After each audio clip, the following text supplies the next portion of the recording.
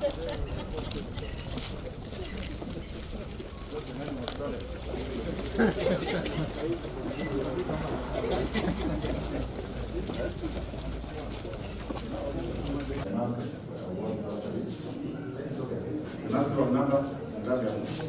are having 16. Do you know the danger of having 16? Do you know the danger of having 20? Yes, Because you are a Kenyan and you will be tempted. What is the danger? It's a very serious danger. And inside here,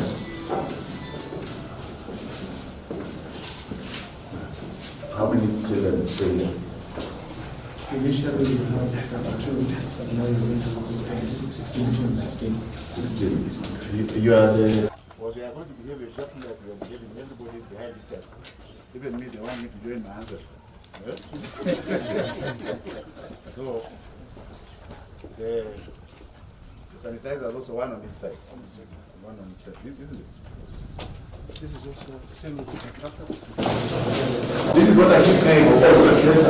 This is a good luck because you can clean this very well.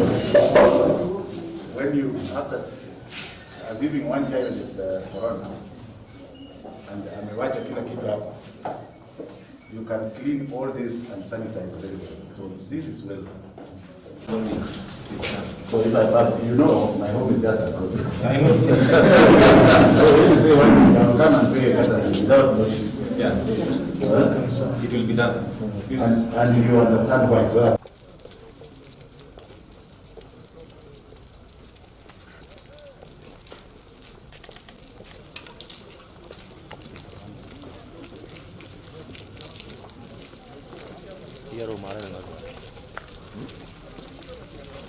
When we are ready and the institutions are ready, shall we open schools when the spike is still going up? That answer and decision will be made only by one person who is elected by everybody, who will take the risk. Are we together here? Because he is fully in charge. If all the institutions are ready, do we then decide to open because people are saying so? His Excellency the President must then decide himself whether he can take the risk. And I think perhaps you can guess what he's going to do, because he's going to look at what is happening elsewhere.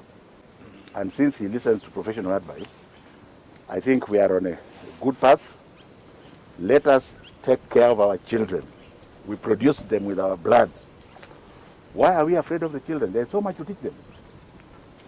Originally, you will remember that the government had thought that by September 1, these colleges, the most important group are the teacher training colleges, which we need to train teachers to teach the competency-based curriculum. So we need them open like yesterday. We have been around, and I think there is still some work to be done. You have seen how this virus is carried by the children. You will remember, if I talk about the US, when they opened schools, over 100,000 children already got the infection. They will then take the infection to the old people, like me and you. Would you like us not to be there because you want children to do exams? And the second point is, the greatest challenge that the government has to deal with, and we are as one government in this one.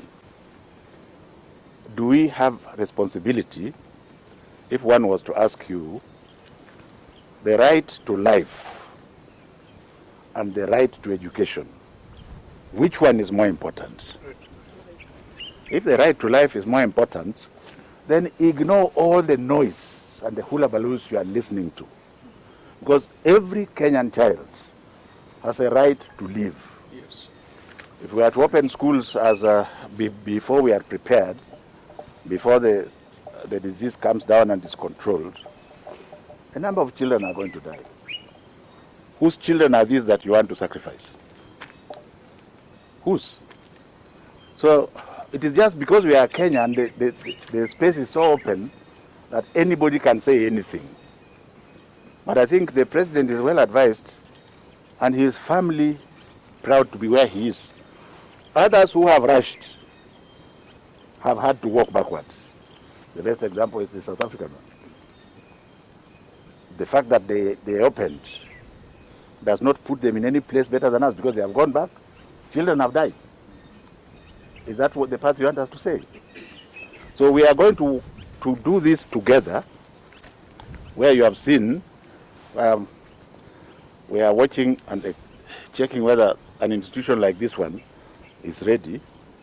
And if on a scale of 1 to 10, it is one of those which is still not ready. 1.